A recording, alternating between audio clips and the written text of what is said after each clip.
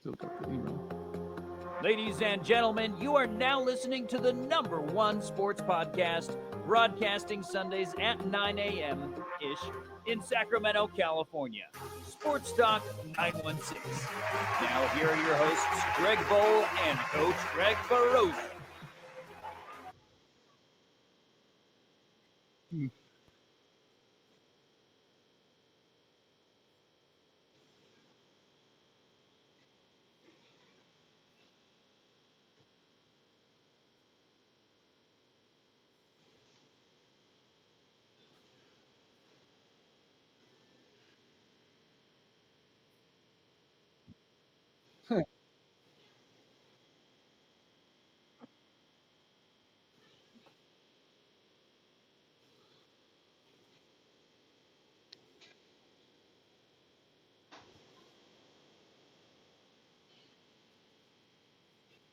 It's true.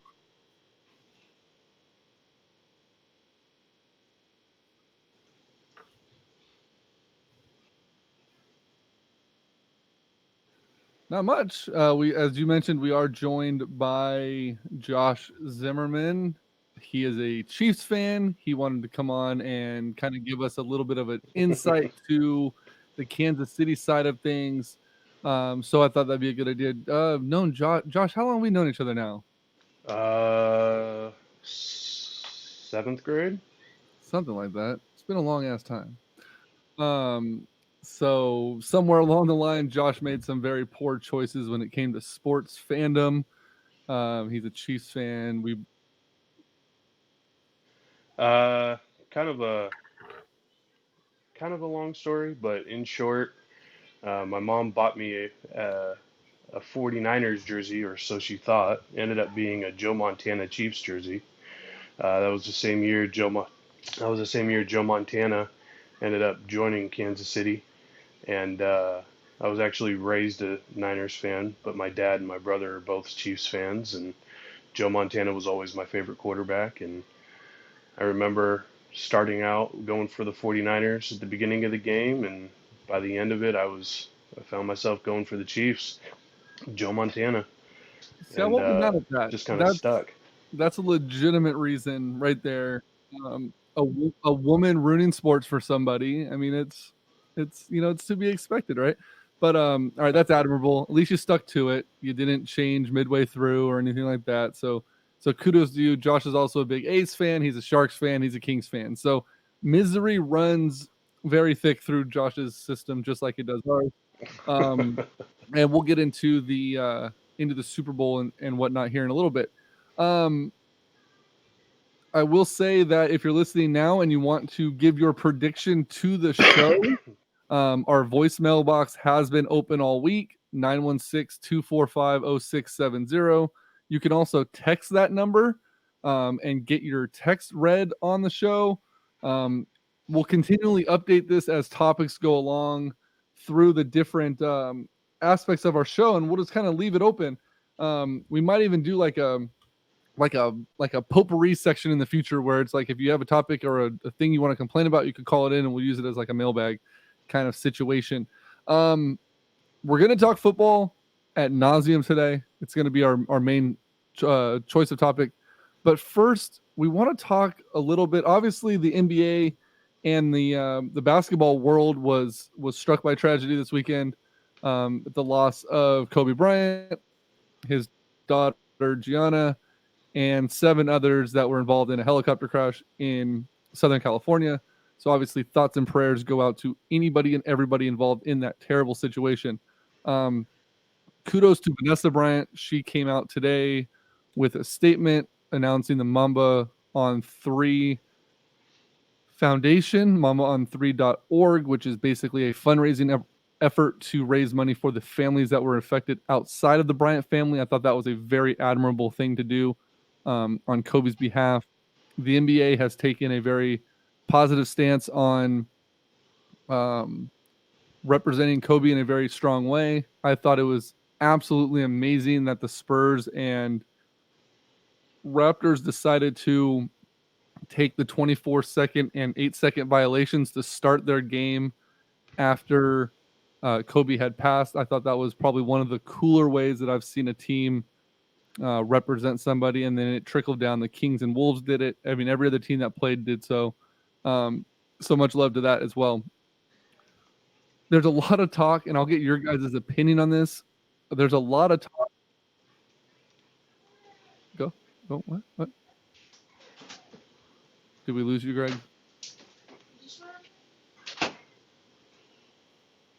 Yeah. Yeah. Yes.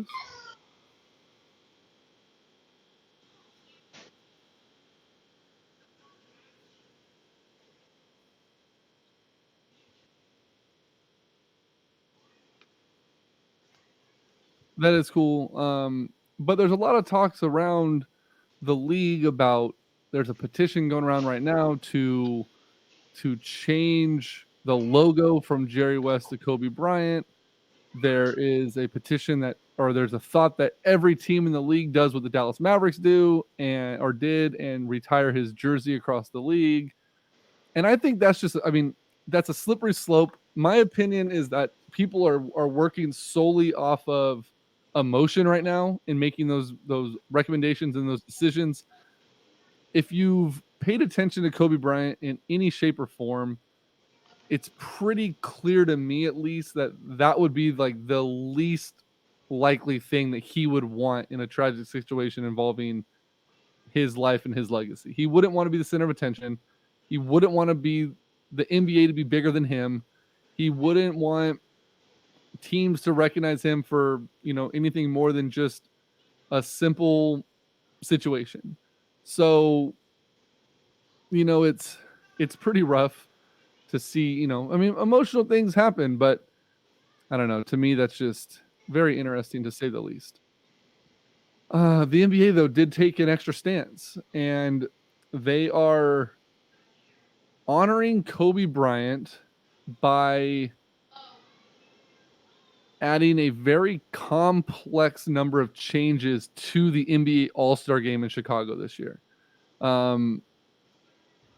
I'll just read the press release, and Josh, we'll get your reaction to this because you haven't heard about it yet. And I think it's going to be one of those things where you're either going to love it or you're going to just be blown away by the oddness of it. So I'll just read. I'll read the entire press release and then we'll kind of dissect it if we have to. So it says, in the 69th NBA All-Star Game, Team Giannis and Team LeBron will compete to win each of the first 3 quarters, all of which will start with the score 0-0 and will be 12 minutes long.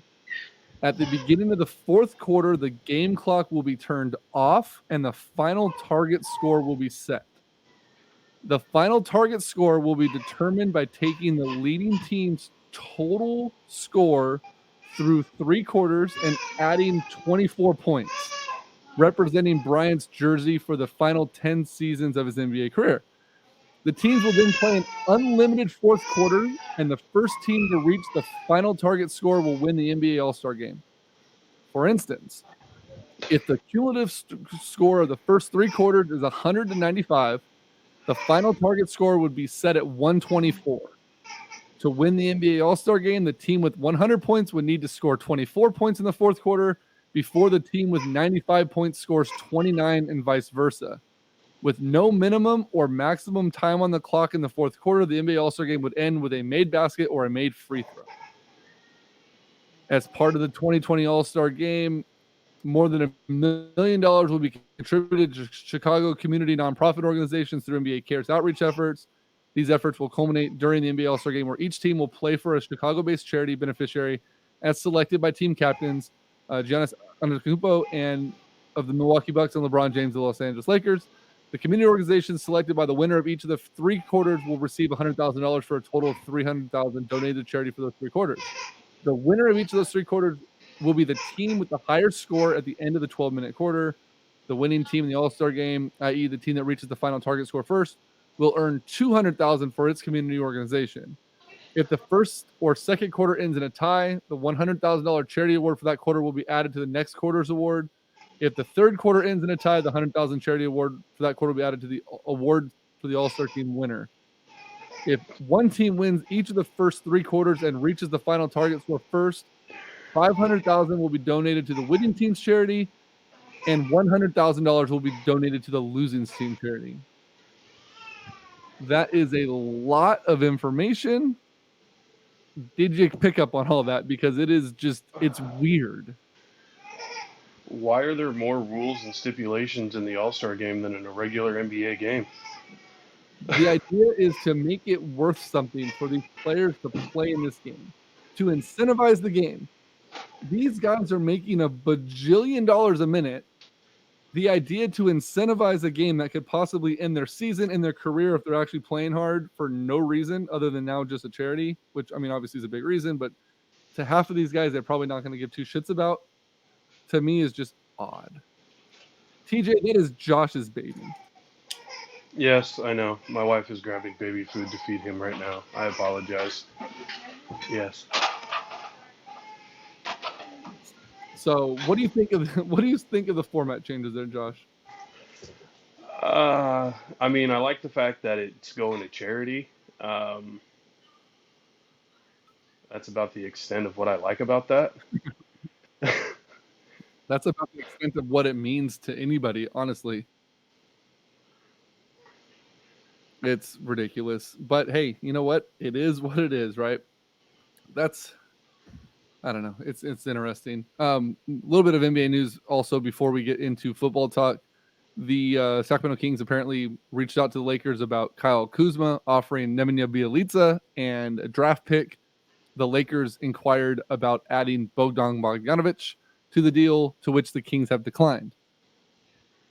I am in the minority that says they probably should have pulled the trigger, because I don't think you're going to get more than a Kyle Kuzma for a Bogdan and a Bjelica, especially with Bogdan being a restricted free agent. I think the price is just going to end up being way too high for him, and Kuzma I think has enough potential to make that deal legitimate. I don't think those talks are over because Bjelica wasn't in them initially. That'll be interesting. They've got to do something. This team is so lost. Glass bottom Bagley is out again. They're saying 3 more weeks with Bagley's foot at least. My guess is that he has a stress fracture that they're just misdiagnosing, and he's going to miss the rest of the season. And Chris Lewis of Sacramento Kings 6 man has done the math, and if Bagley misses the season, Marvin Bagley will now have missed 54% of his games available to be played in his career. In his 2.5-year career, he'll be at 54%. Oh, man. It's turning into a rough shit show for the Sacramento Kings. We'll talk about that more next week, though, because this is all about football. The Super Bowl is this weekend. Greg's having trouble with his connection, but we'll make sure we fight through that. He'll come back here in just a moment. But it is football time, so we're going to go ahead and do this.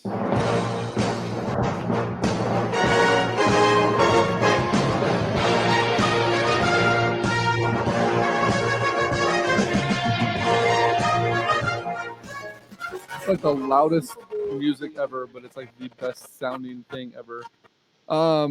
Greg is back. Let me go ahead and bring him back in. Super Bowl 54 from Miami kicks off Sunday at 3:30. It is our 49ers versus Josh and the Kansas City Chiefs. I felt like it would be important to have a Chiefs representation on our show. That's why Josh is here. So let's jump right into it. It's a classic battle, offense versus defense, or so it seems on paper. I feel like there is a lot of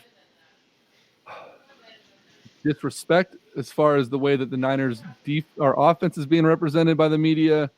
I feel like there is, I don't know, there's a lot of misconceptions on both sides of the ball. I think that they're focused on too many one-sided aspects of the game, and it's going to be an interesting game. It's going to be a very good football game by all stretches of the word. So we'll kind of dive into it. The first thing, Josh, I want to ask you about, though, is Do you have, and I want you to be as completely honest as possible, and Greg will be the same way if he asks us any questions about our Niners. Okay. Do you feel, based on the way that the Chiefs have been handling media week and speaking to the media and being on Twitter, that they are acting a bit more confident than they maybe should? Like, I get the vibe that this Chiefs team feels that they already have the game in the bag. They're not going to have any competition and they're just going to steamroll it. Or is that simply a couple of guys that are just running their mouth stupid, and one of those guys being Frank Clark, that just can't keep his mouth shut to save his life? What is your feeling about the way that the team is handling themselves right now? So I'm part of a bunch of Chiefs fan pages, and they're showing a lot of different things all around. And honestly, the only one that's talking is Frank Clark, and he did the same thing with the Titans. Um, you know, he was just I guess he's trying to amp everybody up. Um, but I mean, everybody else is handling it really well. I was actually watching a video earlier today of Tyreek Hill during one of his press conferences, and he goes, "Richard Sherman, I'm going to talk a lot of mess right now," and then he went on to say that he's a goat and how much he respects his game and how much he shuts down corners and all this. And you know, Travis Kelsey, when asked if he was the best tight end in the league or if he was better than Kittle, all he could do was compliment Kittle on how good he is and what he brings to the 49ers and stuff like that. So, all in all, as a team, we're being very humble, I think. Pat Mahomes, everybody is just being incredibly humble. It's just Frank Clark. Uh, he's got a mouth on him. He likes to use it. He's pretty much the only one that's doing it. So, I mean, obviously, I think Tyrann Mathieu has been talking a little bit of stuff too. Yeah, he has been. But that's for him. It hasn't necessarily been about the 49ers as much as he's like, there was one thing where Skip Bayless said the Chiefs are starting to piss me off, and he said, "Shut up, bitch." that was pretty awesome. You know, it's stuff like that. So his is more directed towards the media, I think.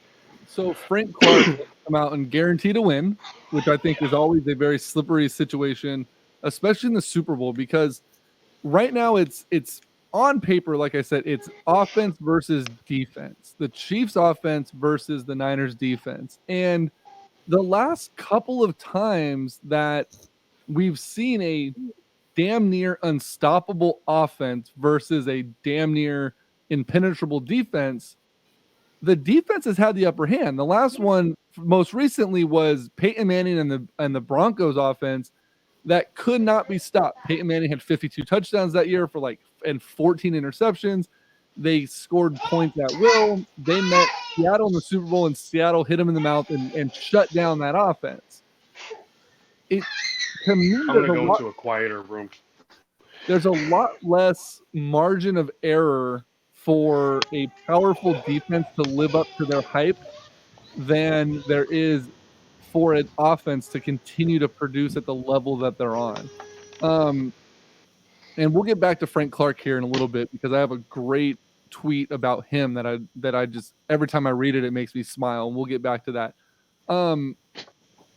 What we know about Kansas City's offense, what are you seeing amongst the fans and the players and anyone that's speaking about? Greg, is that you or? Yeah, that's me. I always do this. I didn't catch that question. What are the, so we know about Patrick Mahomes, we know about Tyreek Hill, we know about your guys' offense, Kelsey, everybody, Sammy Watkins. What, as a outsider of the 49ers, do you and Kansas City fans have on Jimmy Garoppolo and the 49ers offense? Like, what is your take on what they bring to the table? I mean, for me, looking at it, I mean, if you're going to just base everything off of this season, um, Jimmy Garoppolo only had to win one game by himself this year, and that was against the Saints. I feel that he is a significantly better quarterback than he has had to be this year because your guys' run game is so incredibly good. I mean, you guys have a three-headed monster. You guys got a running back that's your third string running back in Bethard that No, not Bethard. or whatever his name is. Breida, Can't Matt Breida. Breida. Yeah, who's a starter on probably half the teams in the NFL. And I mean, it's that run game and that offensive line and how they can just bully defensive lines. It's insane. I mean, you guys don't need Garoppolo to win you guys games if you guys run like that, but you have a quarterback who is capable of doing it if he needs to. So that's actually a pretty good segue into my next question. How concerned are you with Kansas City's run defense, knowing that San Francisco runs most of their running formations out of an I set? And I don't know if you're familiar with this or not, but the Chiefs gave up the most yards per carry in the NFL, 6.4, and they gave up 10 plus run yards 20% of the time against teams that run out of the I formation. How So concerned are you about the Niners run game, knowing that is a true weakness of Kansas City's defense? so just like the 49ers offense, I think Kansas City's defense is significantly underrated. They kind of fly under the radar. Um, Switching, I mean, we completely switched schemes when we got Steve Spagnuolo. Then we also brought in a whole bunch of new defensive players, got rid of a whole bunch of new defensive players. So it took time for us to be able to adapt and learn the system. And we also were dealing with Chris Jones, who had an injury, and he is probably the biggest part of our run defense. If you look at what we did, um, if you look at what we did um, if you look at what our defense did after the Tennessee Titans game, when they just ran all over us, we actually virtually shut down all of the running game that we faced after that. I was looking at it. I think we allowed 100-yard rusher after that game. But and that's not anything you can discount by any stretch of the means. But you haven't faced a running offense like San Francisco. The offensive line of San Francisco, paired with George Kittle and Selleck, are some of the best blocking tight end in George Kittle in the league. Mm-hmm. Hell, according to PFF, George Kittle is the highest rated player in the NFL, period, based on what he brings to the table. As a fan, I know that you're gonna obviously talk up your defense, and I know that they're a respectable defense, especially the front line. The front line is your strong point, and then probably your safeties are the anchors of that defense in Kansas City. The cornerbacks are good, and then there's times where they are completely susceptible.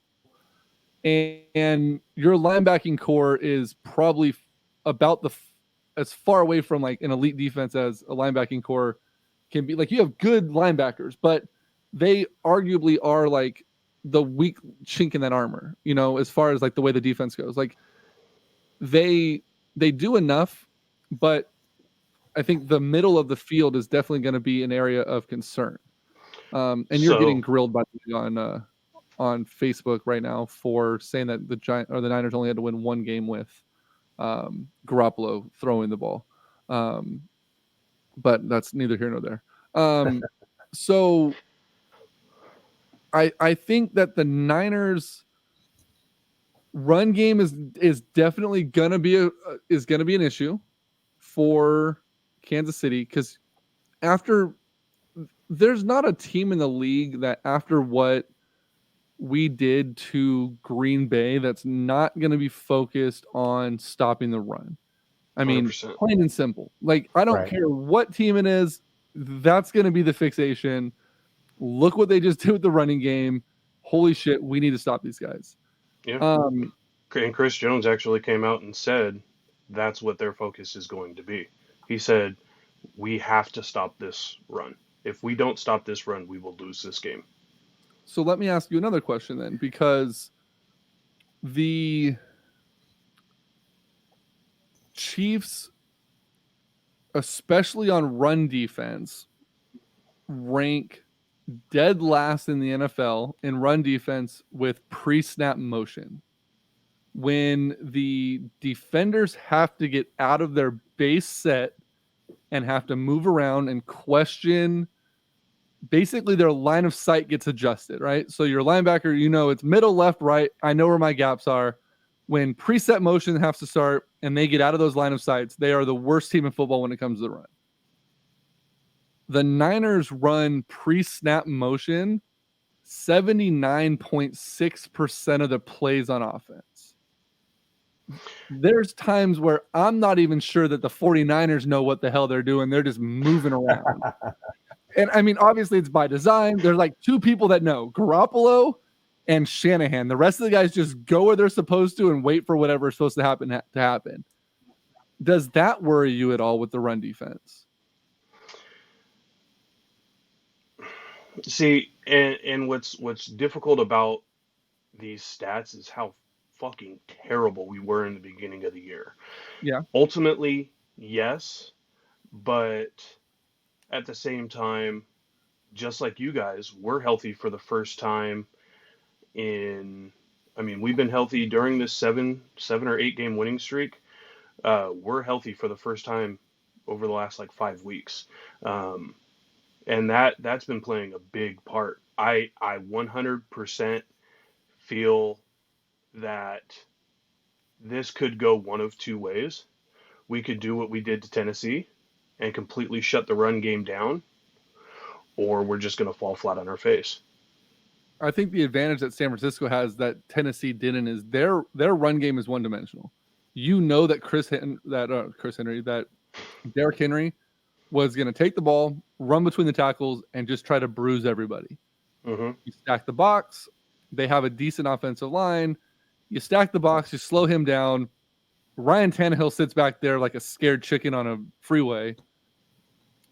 You can have a poor secondary. You can have a poor linebacking core. Ryan Tannehill's not a quarterback that's going to scare you.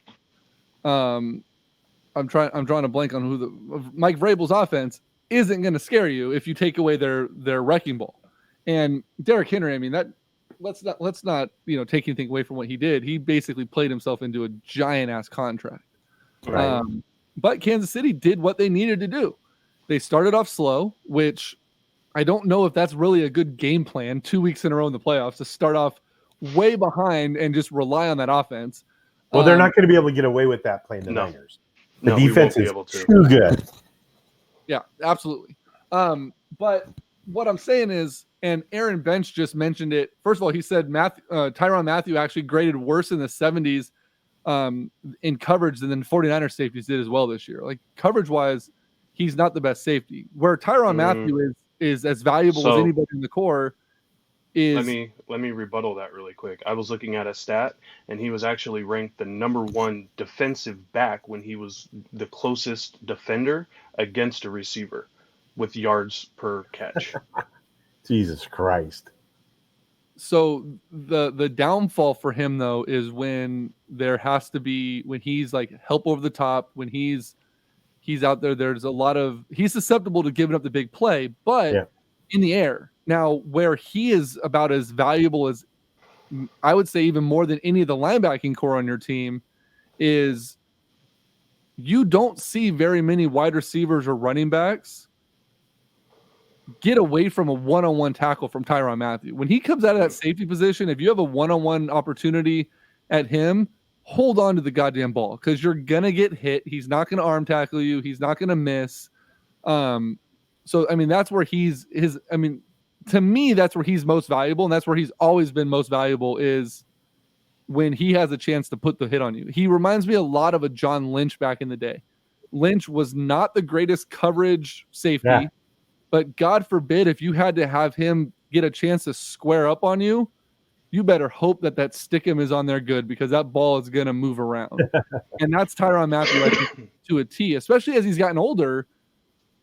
You don't lose power. You might lose a step. You might lose a couple other things, but his intelligence when it comes to the angles that he takes and the way that he pursues the ball is extremely good.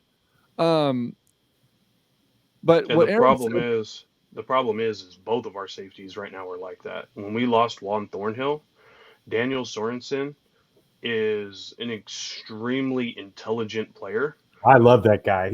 I love the way he's played.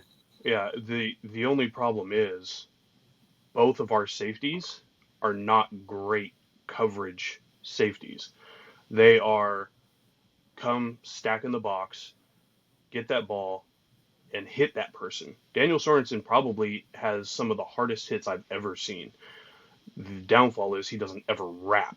He always tries to knock somebody's head off with his shoulder. God, that reminds me of Dante Whitner and who was the other one that the Niners had? Deshaun Goldson. Hit everybody, but don't use your arms. It's like, hello, if you're going to hit him hard, just hug him afterwards, Right. And it's going to be interesting to see those guys try to do that if Kittle's going over the middle because Kittle's not going to come down. He's not going to. He's coming out of the backfield. Yeah. They're not going to be able to stop him with just trying to knock him over because he'll knock them over first. So, it's going to be interesting. They're not going to be able to stack the box because Kittle, will kill them if they stack the box. If they stack 8 deep, 9 deep in the box, or 8 in the box, like Green Bay tried to do with a dime and then dropping them down into stacking the box, play action and all those shifts, it's going to be troublesome for that defense. Yeah. So,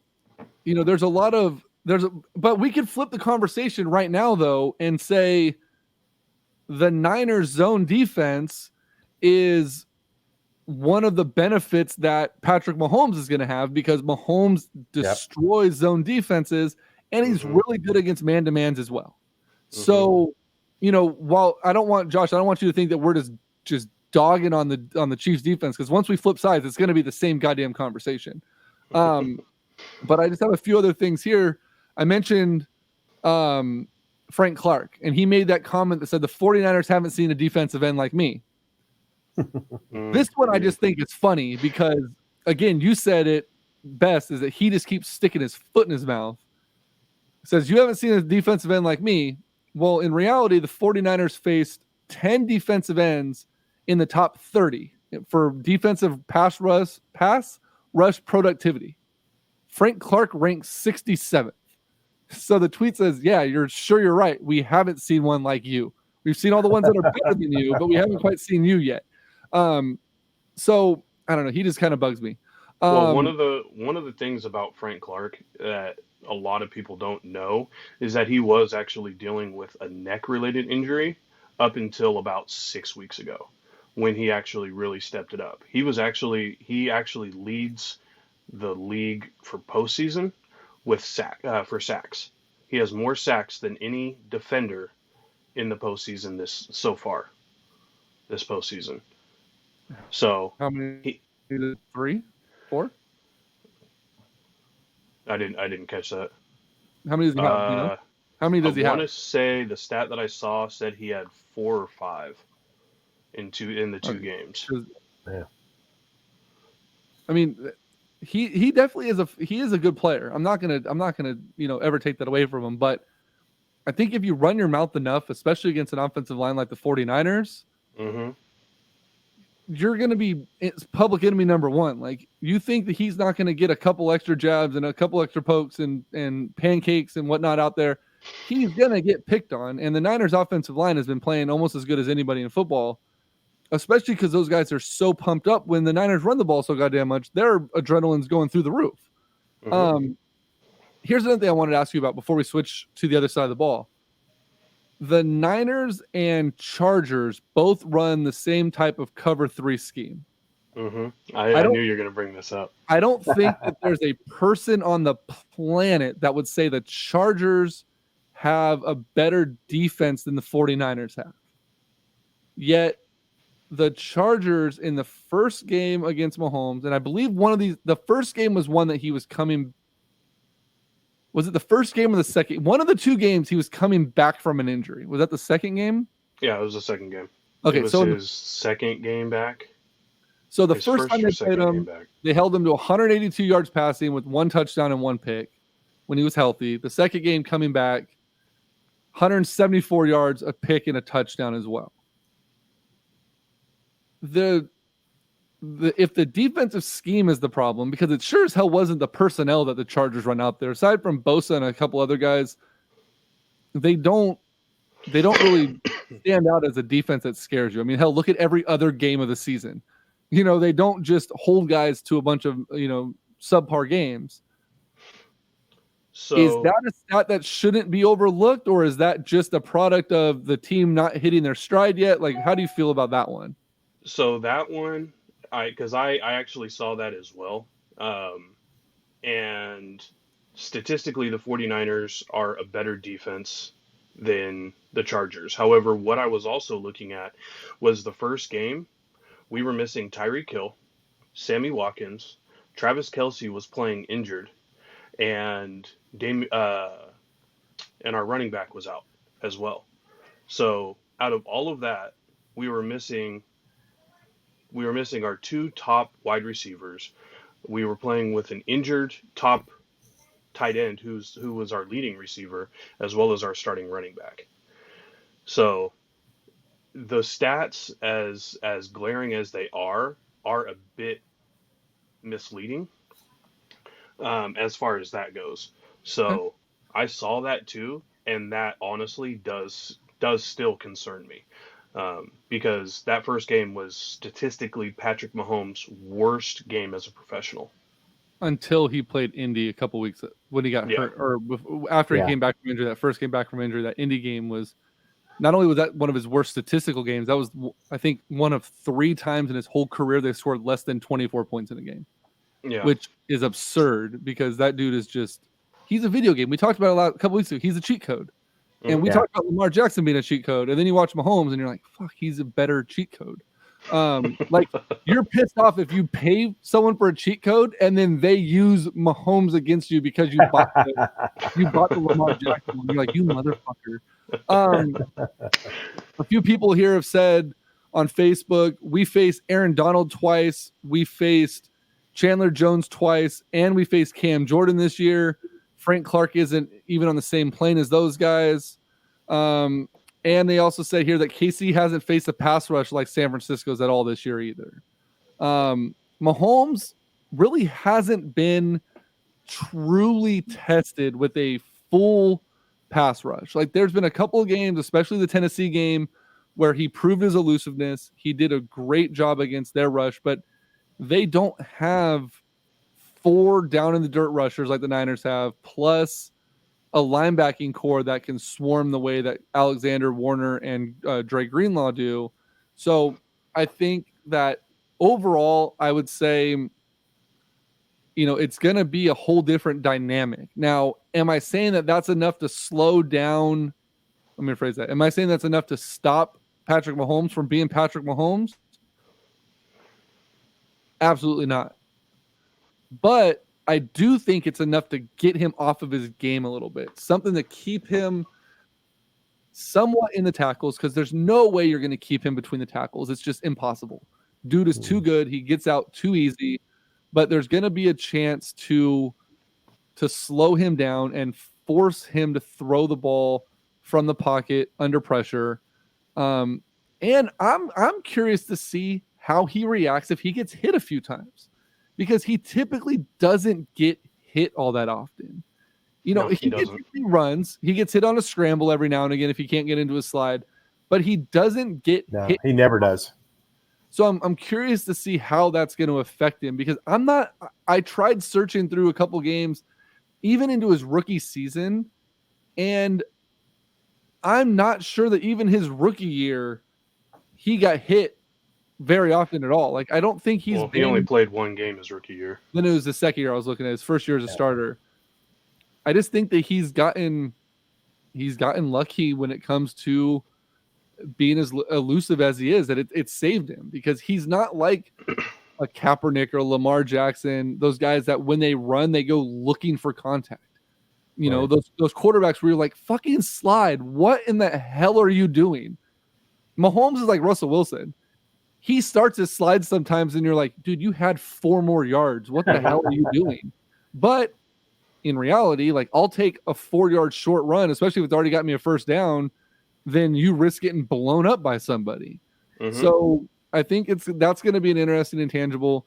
The other thing I wonder is if the Niners rush or blitz with cornerbacks or safeties, because Patrick Mahomes, so the NFL average for a quarterback completion percentage in the NFL when a cornerback or a safety is blitzing is 59.7%. So I looked at that as well. Patrick Mahomes is Whatever. at 54%. So if you just look at blitzing in general, not just from a safety or a corner, but Patrick Mahomes' completion percentage against blitzes was 75%. Right. But which is fine, because when he sees it coming from the front is when his legs kick in. Yeah. The problem, from what I've read and when I looked at the breakdown of the cornerback blitzes, it's more of a protection thing. He goes through his progressions. Maybe he doesn't pick it up as much. Maybe he gets happy feet. It takes away an angle to run. I don't know. I did see one where it's most successful when the outside rush opposite the blitz gets good penetration, which in the Niners case would be either D Ford or Nick Bosa getting that penetration on either edge.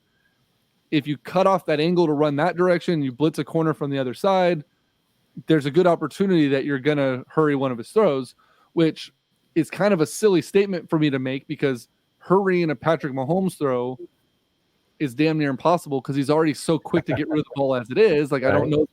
It's almost like him catching and throwing in the same motion. But fact is, it bothers him when it's a corner blitz. And I don't know that the Niners' strong suit is going to be throwing one of those blitzes down, because that's just not our scheme.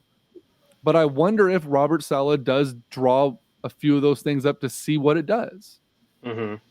It's going to be interesting. Like, it's going to be a chess match. I mean, there's no way to spin it any other way that it's going to be a tremendously played chess match. Oh yeah, 100%. I think we're dealing with two of the best head coaches in the league, especially offensively. I mean, it's now just... be careful when you start talking about that, because Andy Reid has a little bit of a history of not performing in championship games, whether it's a conference championship or a Super Bowl. Getting back to what you were talking about, blitzes and Mahomes dealing with it, I think the strength that the Niners have is they don't need to blitz. And I think I read somewhere where, they've blitzed the least amount of anybody in the NFL. And if that's the case, then Mahomes hasn't, with that blitz, when you blitz somebody, you're taking somebody out of coverage. If we can get away with just rushing 4 guys, that means that Mahomes is going to have to deal with the most amount of covermen that he's ever had to deal with. And I think that could be a big issue for him. So something to keep in mind as well, as great as the 49ers offensive line is with the run block, I'm pretty sure they were ranked like first or second. The Kansas City Chiefs pass blocking was ranked number 1. Yeah. Right. I mean, But I like it was was said earlier too, though, that as great as the numbers are, it hasn't been. It's going to be interesting to see if those numbers maintain as stellar as they were all season against a pass rush and a front seven like San Francisco has. Right. I'm leaning toward it probably will remain pretty goddamn good, but much like some of these other Patrick Mahomes stats, it's like you kind of have to take him with a grain of salt. Like especially the Chargers one. Was it a scheme thing? Was it just a bad day? Was it injuries? We don't know. But if it is a scheme thing, then the Niners scheme is only going to get better.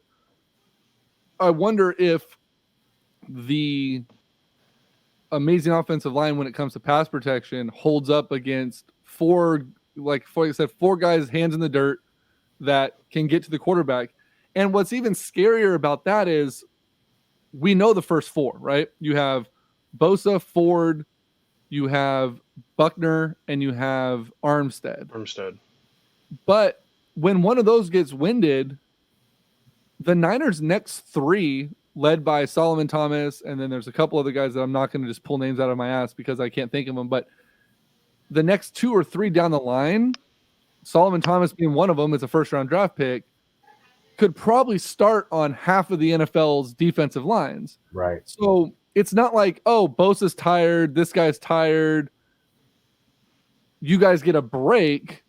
No, you're just going to get a really good backup in there that's fresh now. So it's like they're going to have to be on their A game every snap. Now, 100%. What worries me, as great as the 49ers defense has been all season long, Kansas City's track team on offense, Greg, I think you told me this, Kansas City has the only 3 wide receivers in football that's been clocked at 21 miles per hour on the feet.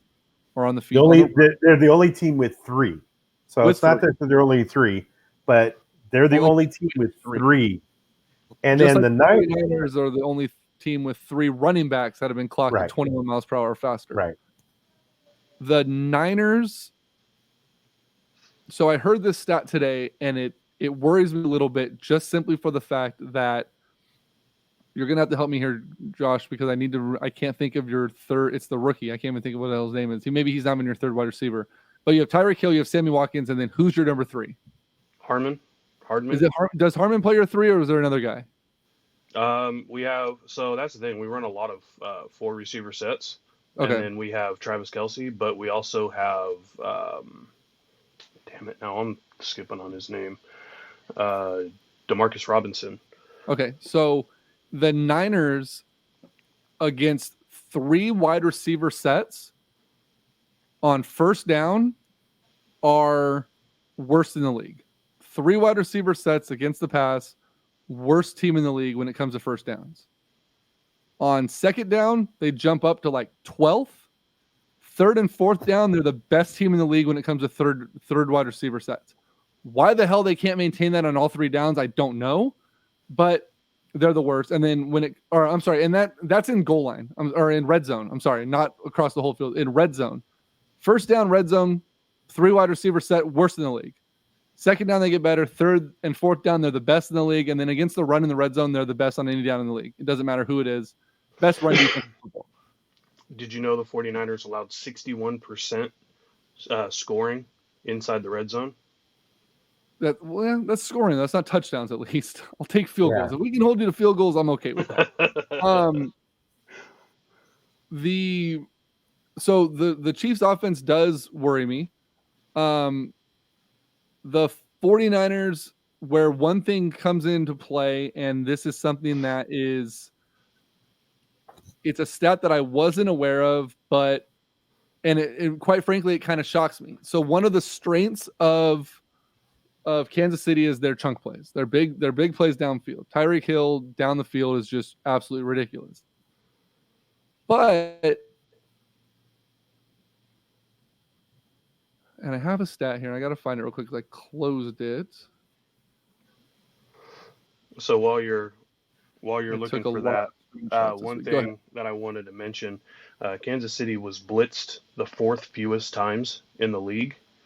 And out of the entire season, we only allowed 25 total sacks.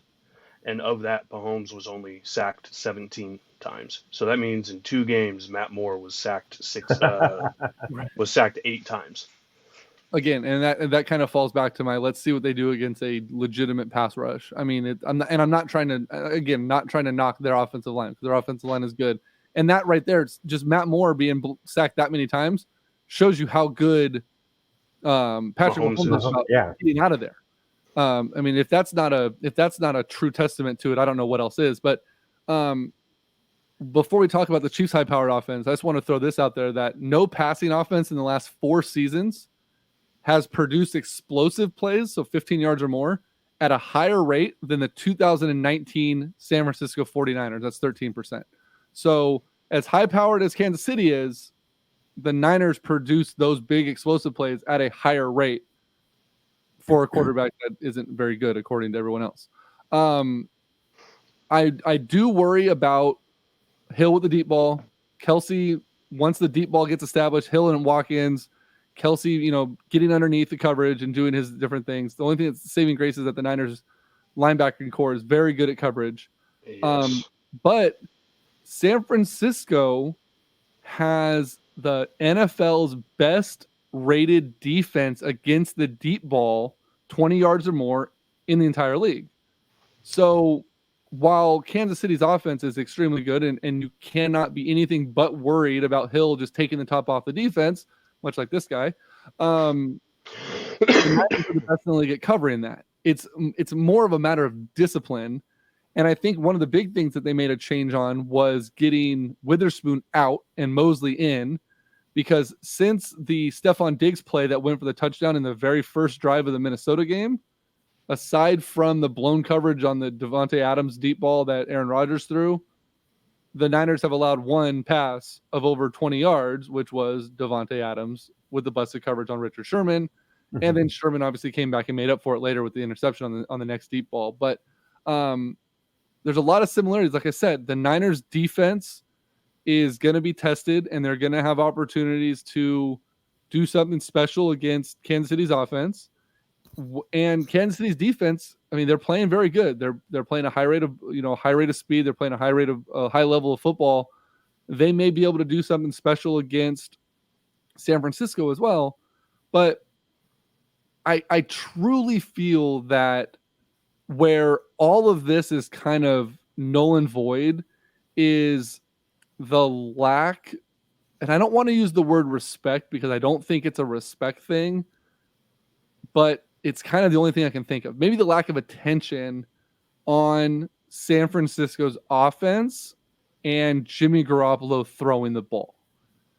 So many people want to look at the Green Bay game and go, well, he didn't throw the ball. He threw it 8 times. What a joke, blah, blah, blah, blah, blah, blah, blah. He didn't need to throw. When in reality, He didn't need to, which to me is a benefit because that just opened up our playbook even more. Kyle Juszczyk came out on the first day of practice last week and said it was like a kid on Christmas because they walked in and Kyle Shanahan handed them 2 notebooks and said, here's our game plan for Kansas City. And they said like 90% of the plays they hadn't even seen before. They were all stuff that he drew up for Green Bay that they didn't have to use. And Shanahan basically said, I wish I had 2 weeks for every single game we play because I've been able to implement so many things into this offense that you guys have never seen before, not to mention implement them, but have time to work on them. It's going to do a lot of stuff. Will Sherman travel? Does Hill line up more on the right side or left side? He is everywhere. He'll line up on the right.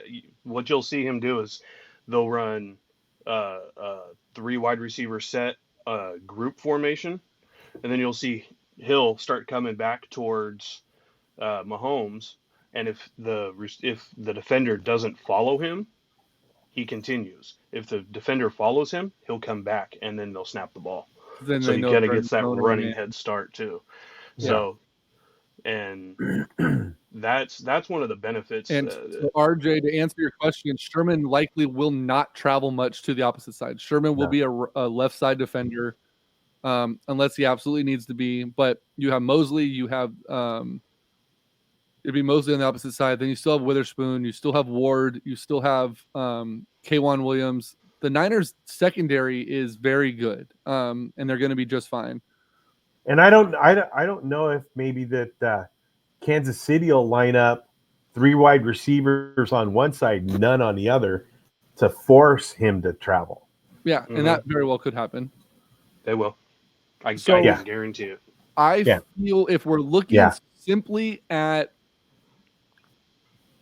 so I was mentioning Garoppolo and not getting the respect that he deserves. I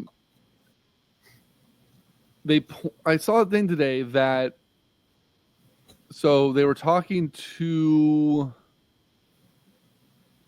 NFL Network. BRYANT was the host of the show. And basically, so I'll read this and no, I won't. Just kidding. So one of his quotes says, "You know who I think is really going to surprise people on Sunday? Jimmy Garoppolo. How good he is."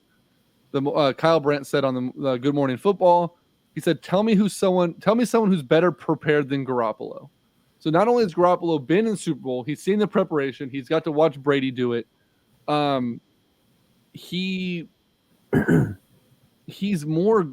He's groomed for this type of game. Brandt pointed out that the San Francisco quarterback has more passing touchdowns than Mahomes does this year. Obviously, Mahomes missed a couple of games. He has a higher completion percentage and more yards per attempt than Mahomes does. Garoppolo has 27 touchdown passes, Mahomes 26. Garoppolo has a 69% completion rating at 8.4 yards per attempt. Mahomes is at 65.9 at 8.3 yards per attempt. Mahomes is ranked higher, better passer rating at 105.3 to 102. 5 to 13 interceptions, which obviously is a huge thing.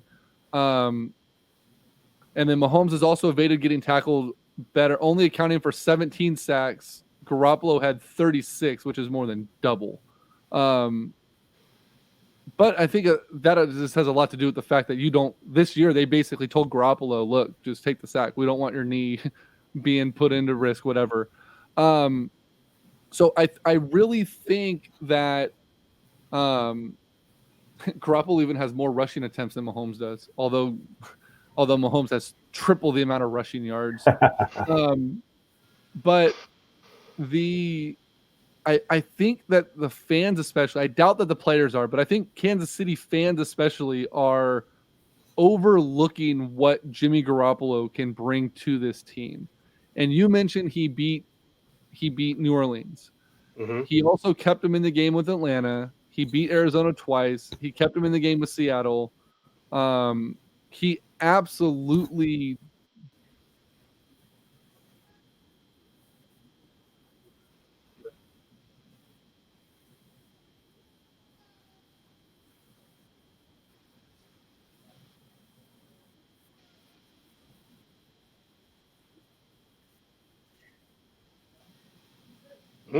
Uh-oh. Did we lose Just him? lost Greg. I think we just lost Greg. Uh-oh. I don't know how the hell I dropped, but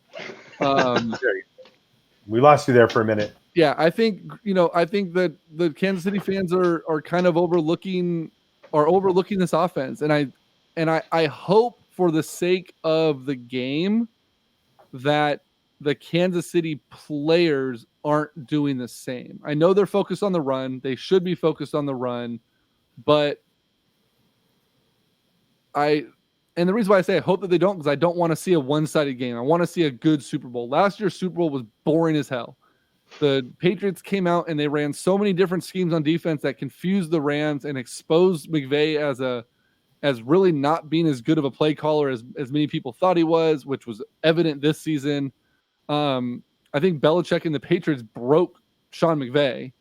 And I want to see a good game. Now, would I be upset if there's a blowout? If the Niners blew out Kansas City? No.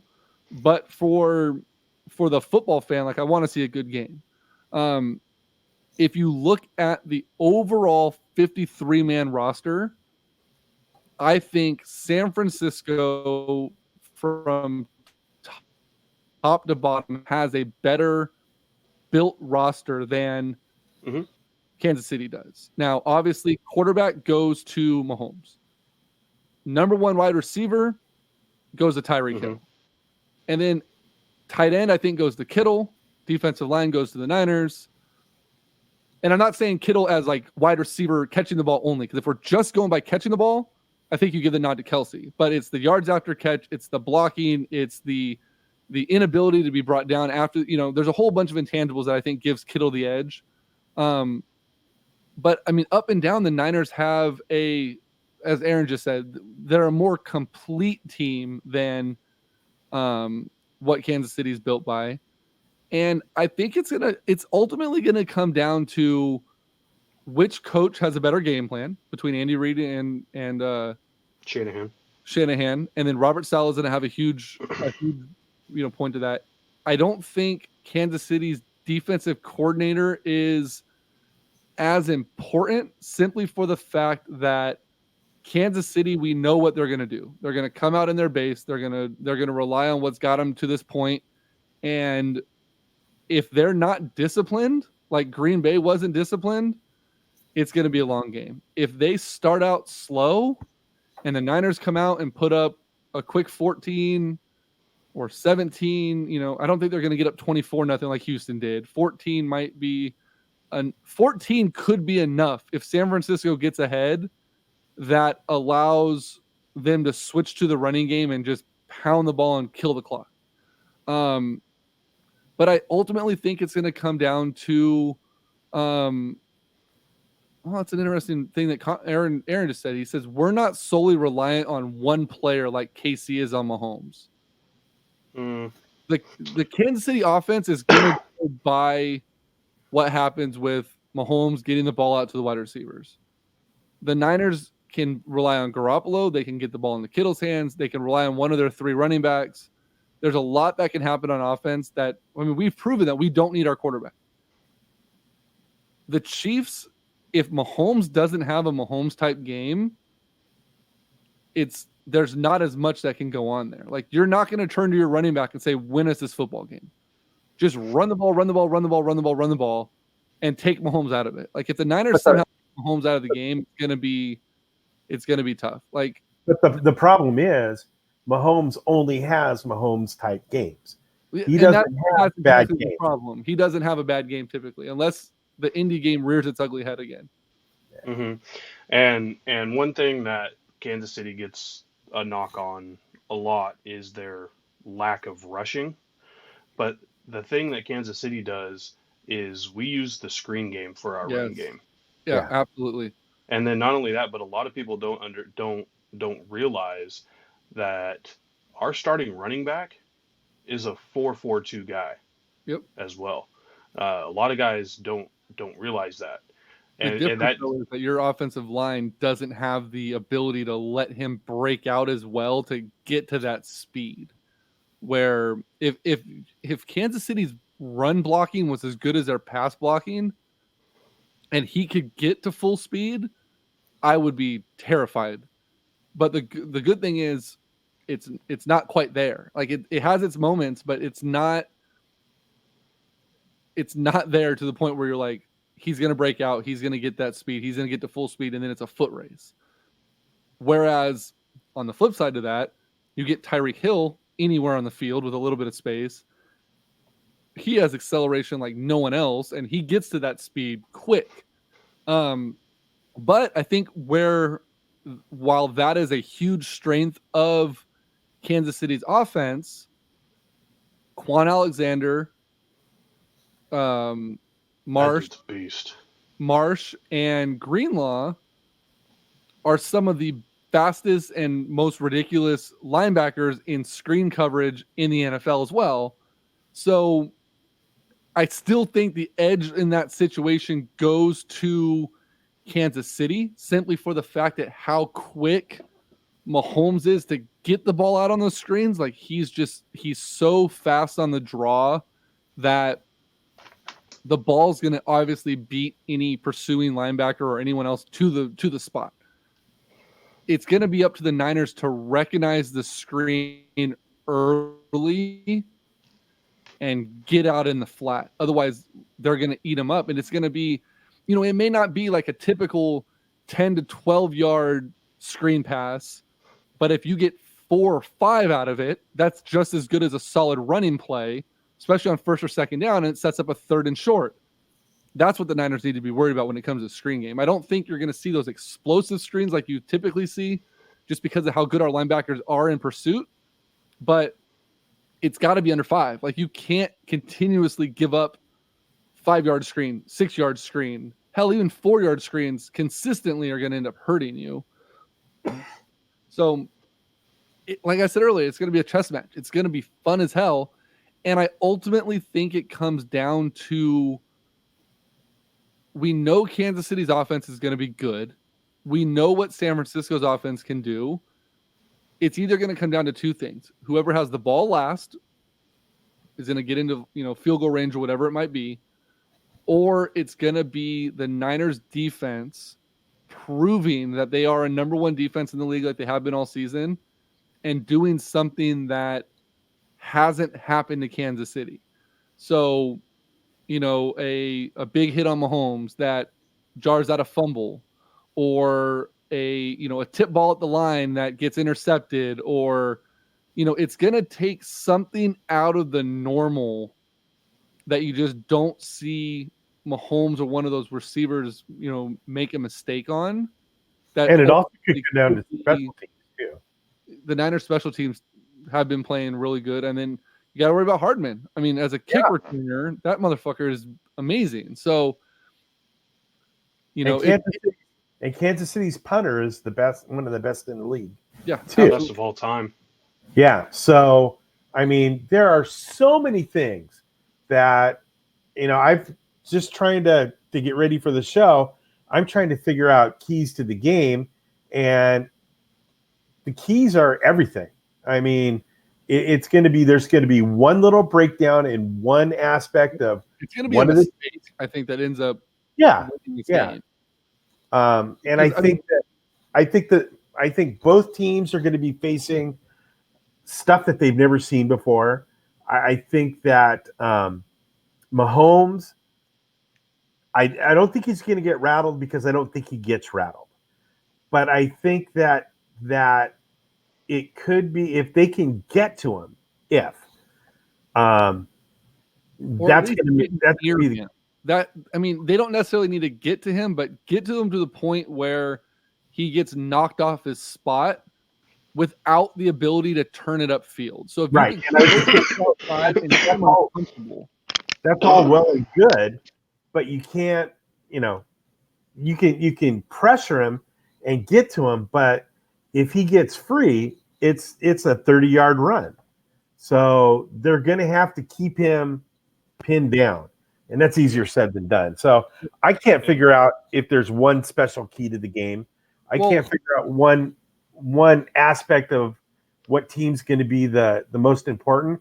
To me, this is the ideal Super Bowl matchup. This might be my favorite matchup, even if I wasn't a Niner fan. This might be my favorite matchup of any Super Bowl for the last 25 years.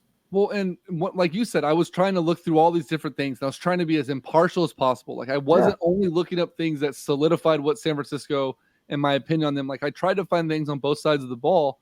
And much like our entire conversation has gone today, for every punch, there's literally a counter punch. You throw in Mahomes. You're like, oh, Mahomes is great at this, this, and this. Well, San Francisco's defense is great at stopping that, and that. On the other side, you have Garoppolo, who does this. Okay, well, fantastic. But Kansas City has shown that they can stop those things as well. It's this ebb and flow that goes back and forth, and it's damn near equal. And so it's going to be a chess match. Which coach, which defensive coordinator, it's going to come down to just who makes the right calls. So RJ says, I read something about Kansas City and their tenants and their penalties. Has Kansas City been hampered with discipline for when it comes to penalties and stuff this year? No. So ironically enough, Kansas City and San Francisco both ended the season with 116 penalties. And San Francisco ended up with 957 penalty yards versus Kansas City's 844. Yeah. So what amazed me in that damn Green Bay game, there was like 9 minutes left in the fourth quarter, and San Francisco got called for their first penalty of the game. Yeah. I was like, the fuck? Holy shit. Like, it was insane. Well, expect Rashad Breeland to hold your receivers at least 3 times throughout this game because he's been doing it all season.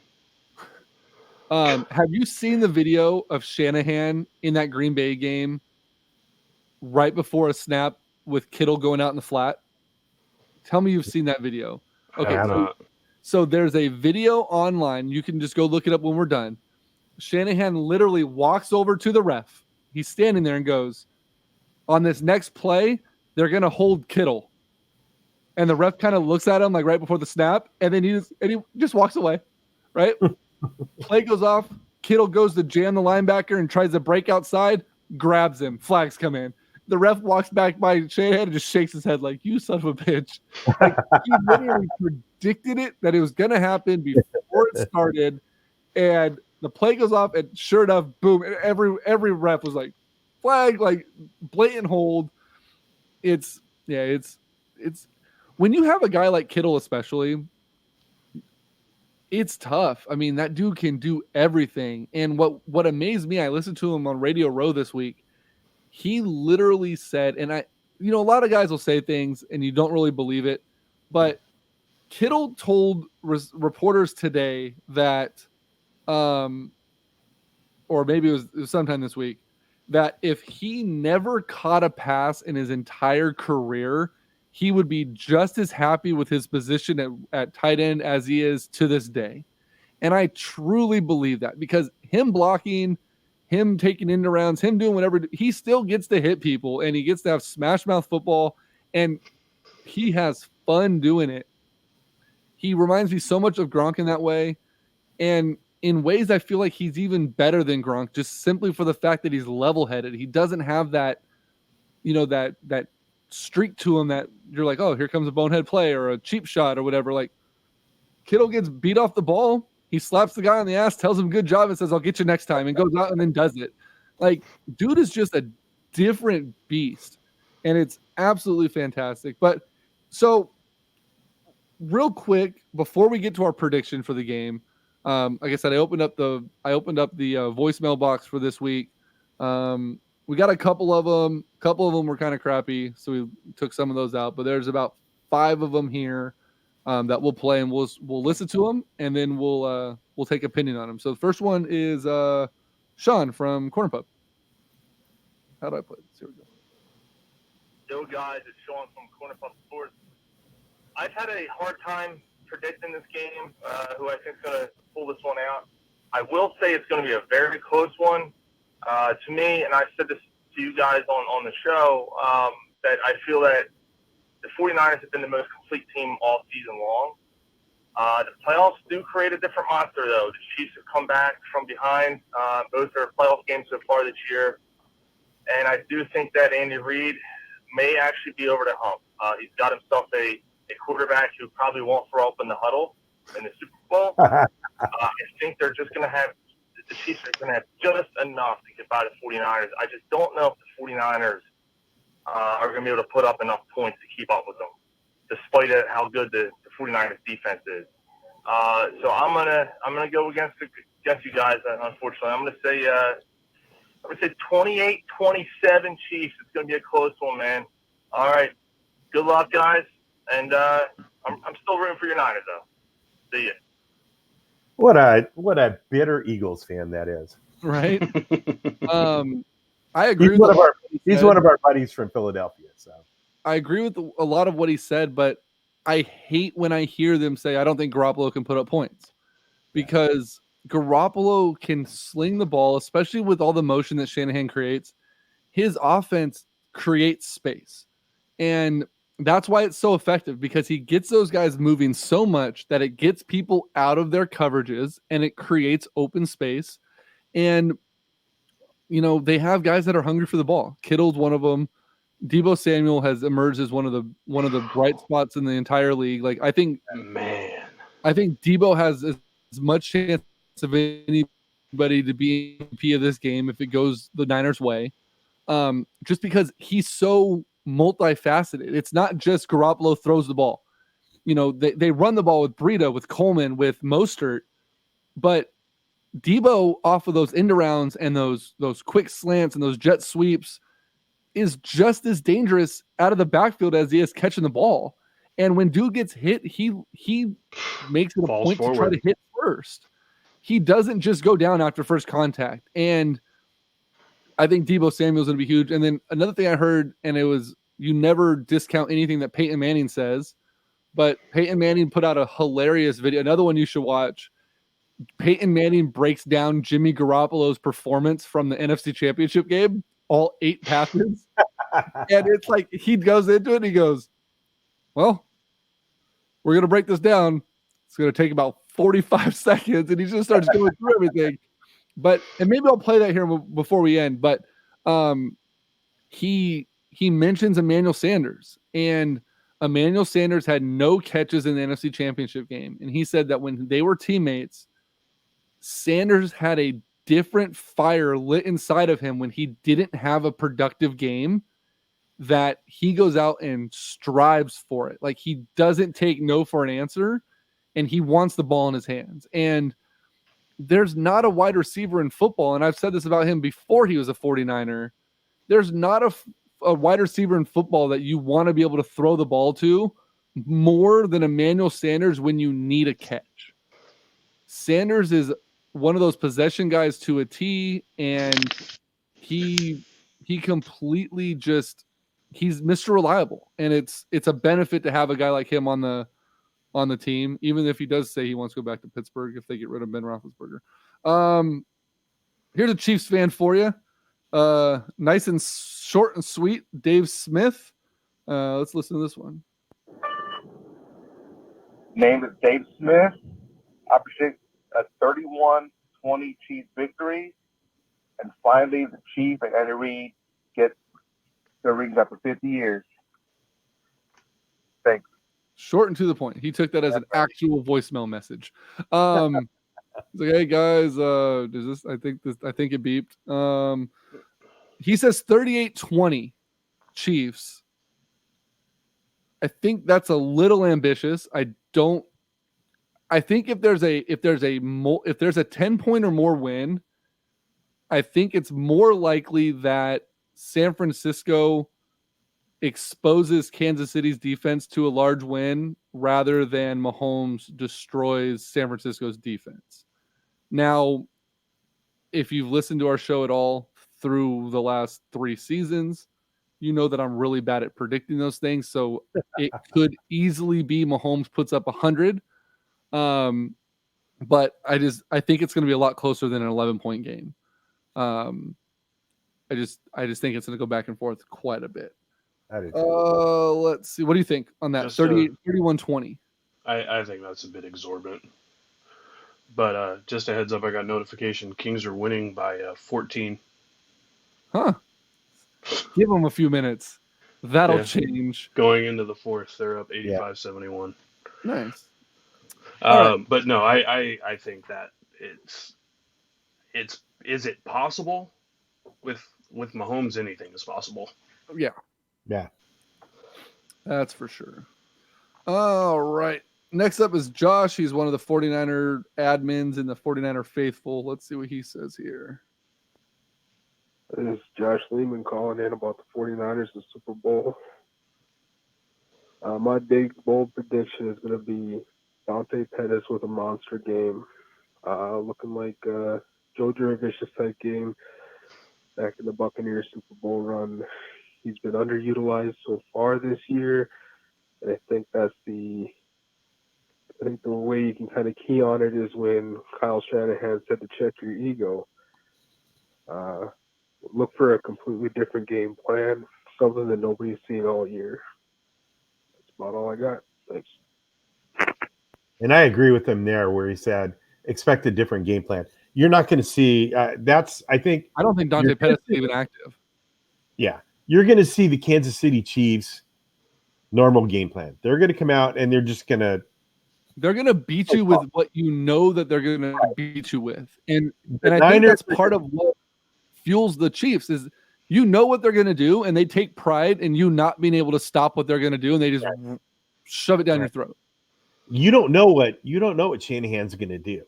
you don't know what kind of wrinkles and what kind of things, and he probably will end up running a majority of the same plays that he's ran all year, but they're going to come from different sets.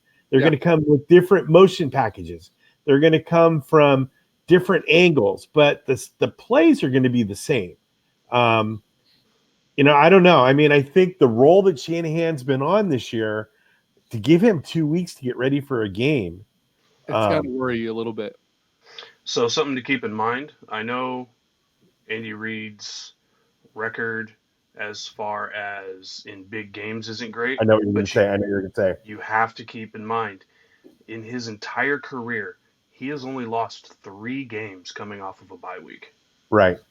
I knew that stat was going to coming off of a 2-week bye week, he's 0-1. So you have to remember that was also with Donovan McNabb. And as good as Donovan McNabb was, he's not Patrick Mahomes. He's not even half of what Patrick Mahomes can do. And then Aaron had a comment about what Sean said about the Niners not being able to score enough points.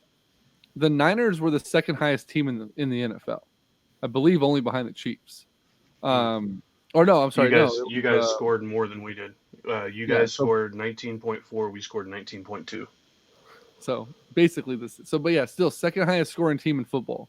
So to say that the Niners can't put up enough points, they scored more than 30 multiple times. They scored more than 40 once. They scored more than 50 once. The Niners can put up points. And like I said earlier, Shanahan's system allows them to get creative, open up space, and to let that ball fly. It's not. But they're putting up points on the ground. What's they're that? They're putting up points on the ground. Yeah, Thank you. And I was going to actually ask you guys a question. So, say Kansas City is able to shut down your guys' run game in just the first quarter, and Kansas City goes up. Well, we actually do really shitty in the first quarter. We're the highest scoring second quarter team in football. Kansas City goes up like they did against Tennessee. Do you feel that Jimmy Garoppolo is capable of hanging with Patrick Mahomes? Absolutely. Yeah, and I think the thing that is different with San Francisco is their running game it gets the same amount of yardage that a lot of teams' passing game does. They'll go they have, and I don't know the stats, so I'm pulling this out of my ass, but they have to have as many 20-yard runs from scrimmage as any team in the NFL. So, that's any team in the NFL passing the ball. Like maybe short of like a Tyreek Hill outburst or whatever. The Niners have more explosive runs than most teams have explosive passes in the league. Not to mention they have a shitload of explosive pass plays as well. And it's not necessarily Garoppolo airing the ball out. It's, most of the 24, 25, 30-yard plays aren't deep balls. It's, like I said earlier, Shanahan's system creates space, and we have guys that like to run and hit people that create yards after catch that are simply remarkable. And I did see a breakdown. They took about 3 or 4 long pass plays that Garoppolo had this year. And they showed a couple where the passes weren't very good, a little bit behind everybody. But they pulled out 3 or 4 that were 40-yard bombs, and they were on the mark.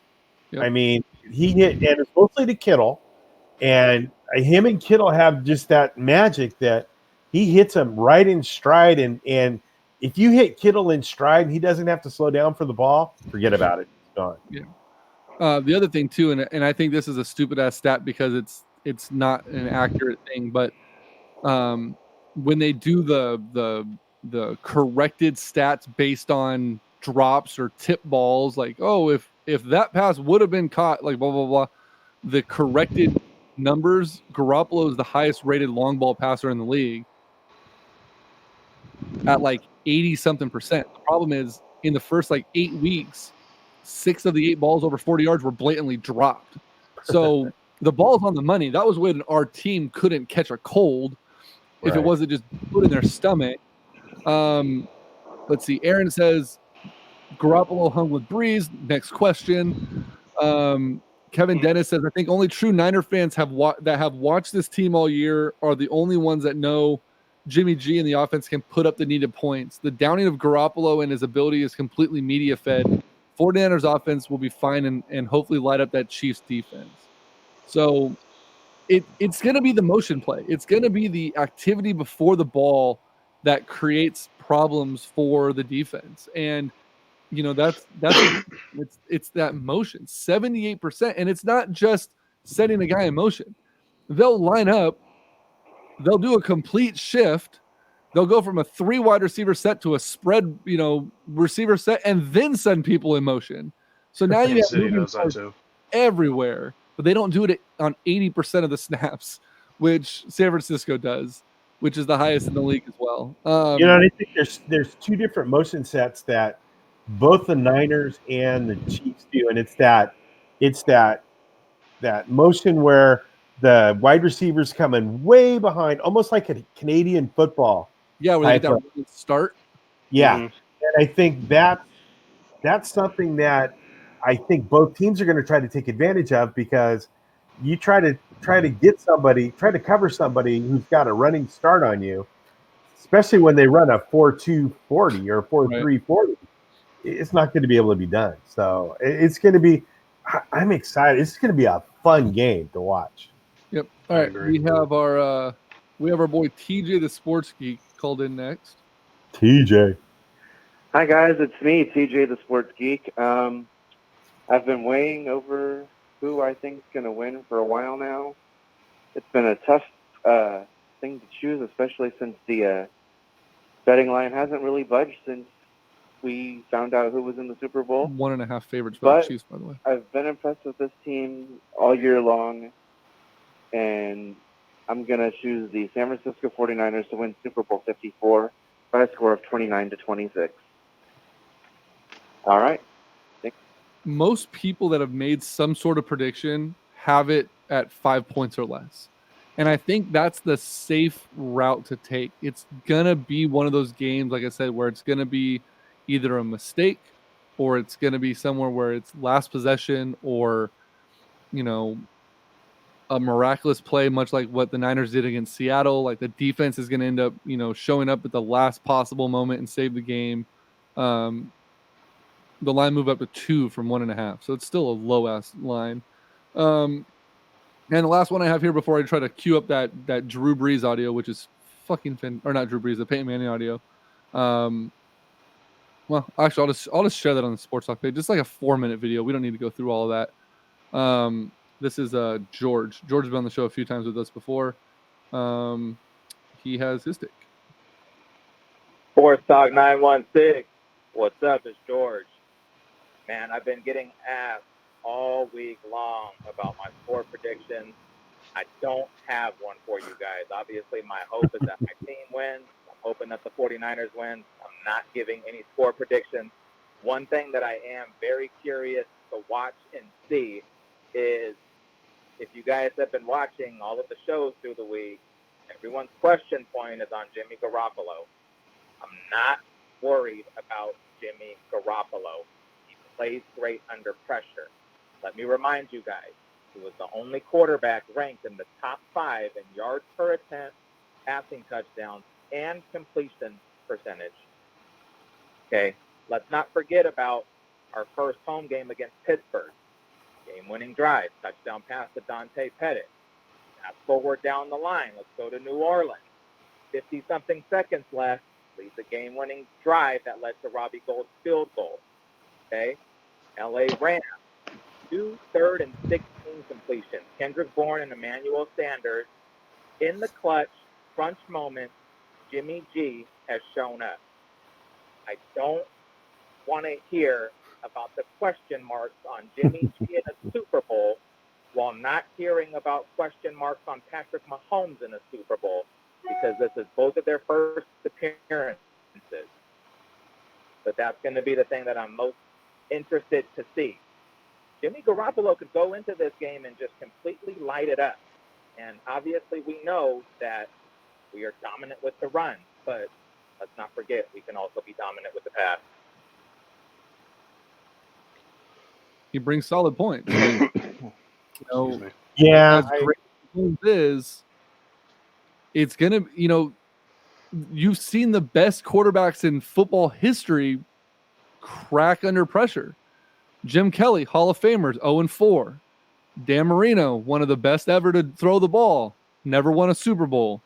Took Brett Favre a couple of tries. John Elway didn't do so hot his first couple of tries. Brady's lost 3 of them.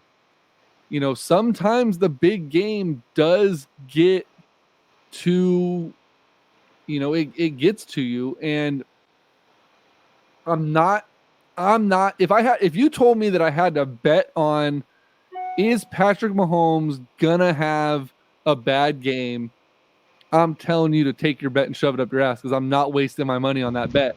Because I don't think it's gonna happen, but at the same time, it very well could. And we don't know what he's gonna do under those bright lights, because as great as he's been, and as great as Garoppolo's been, and as great as the Niners' run offense has been, when the world is watching, literally the entire world is watching, anything can happen.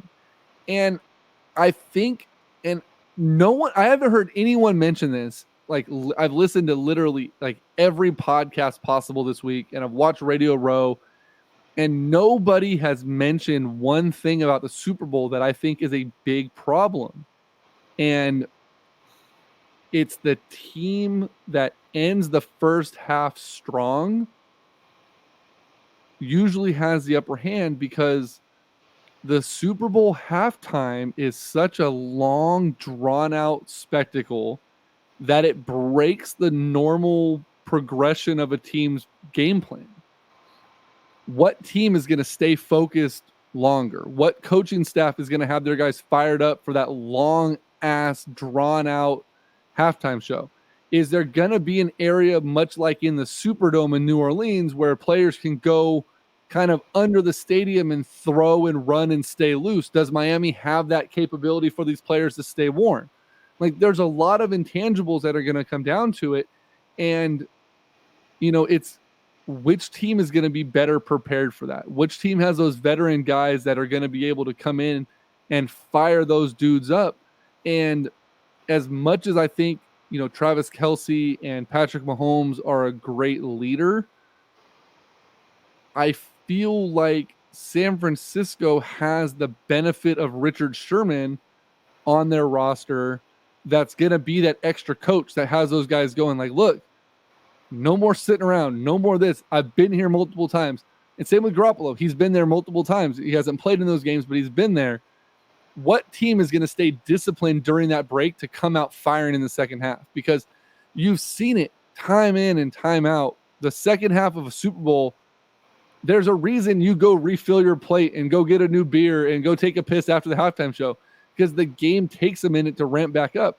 If either one of these teams comes out and they're on fire to start the second half, I think that could be a huge momentum swing, because typically a team that gets momentum going into the half, it carries over because it's only a 15-minute break.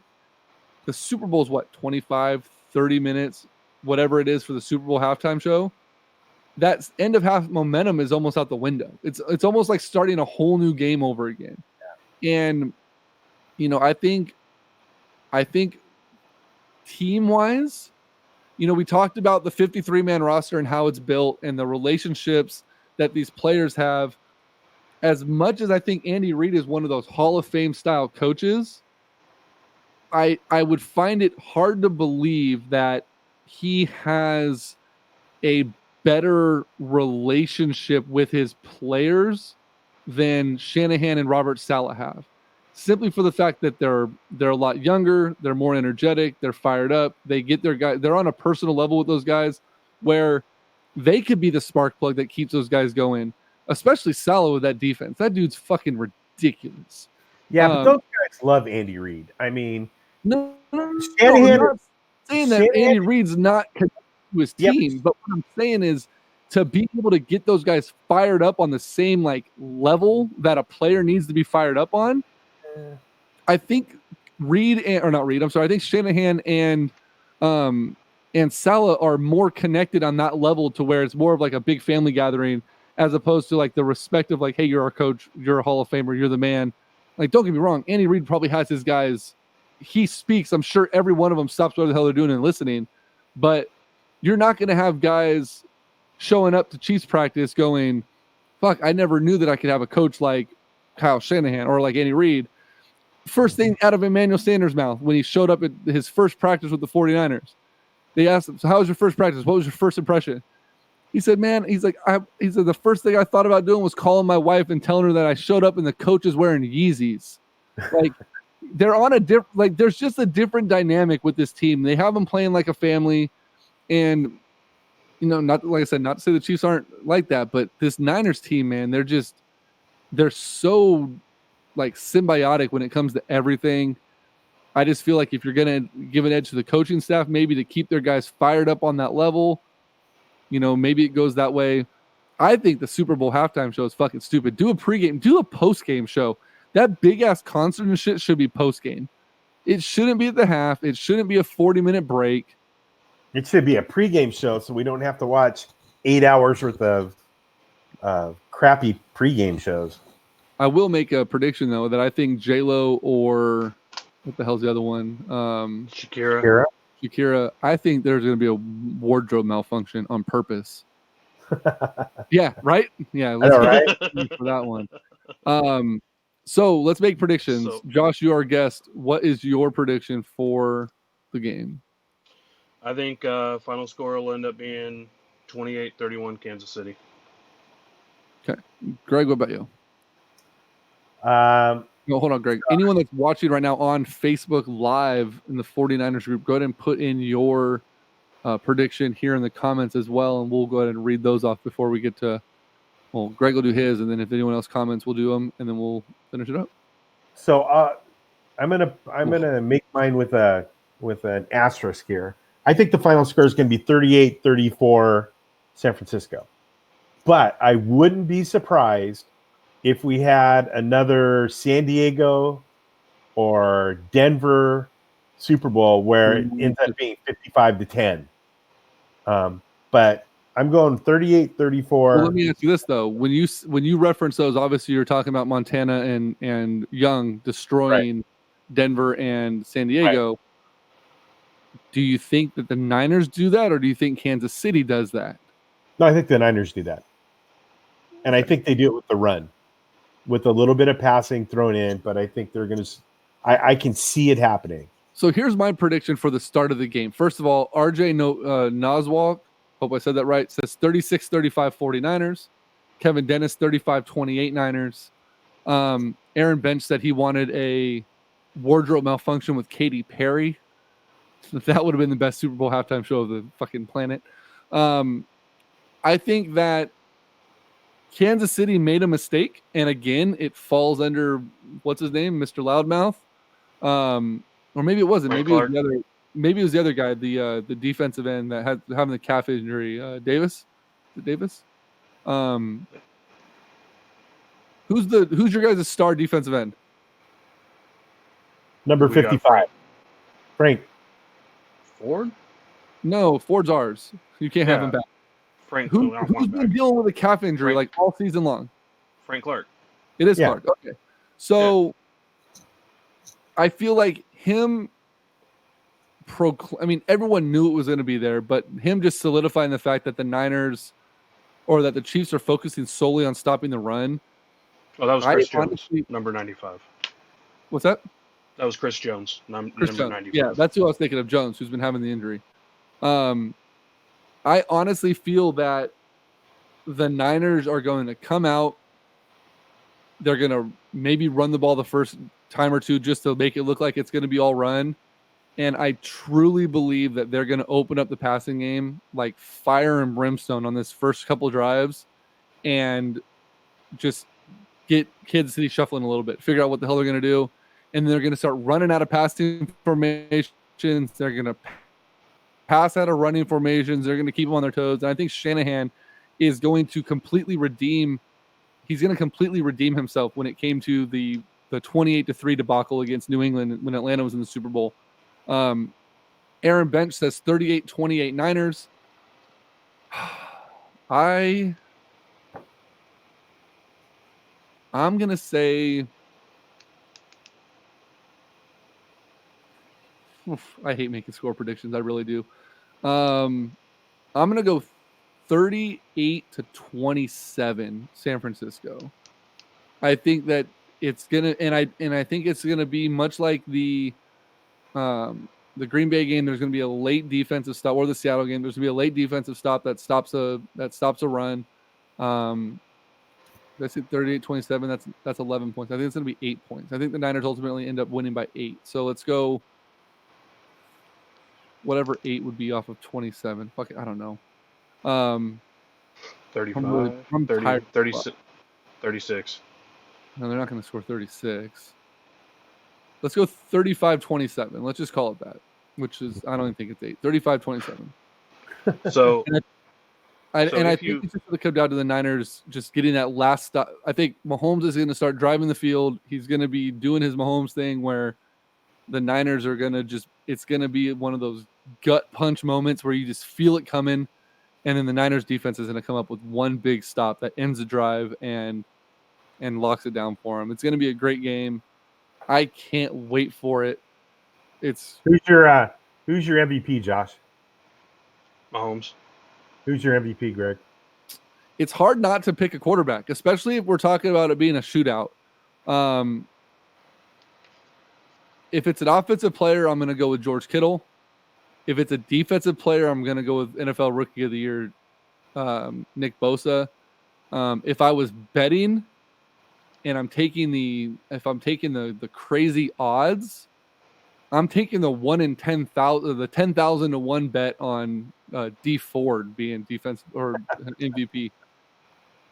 I think because as long as he doesn't line up offsides. God damn it.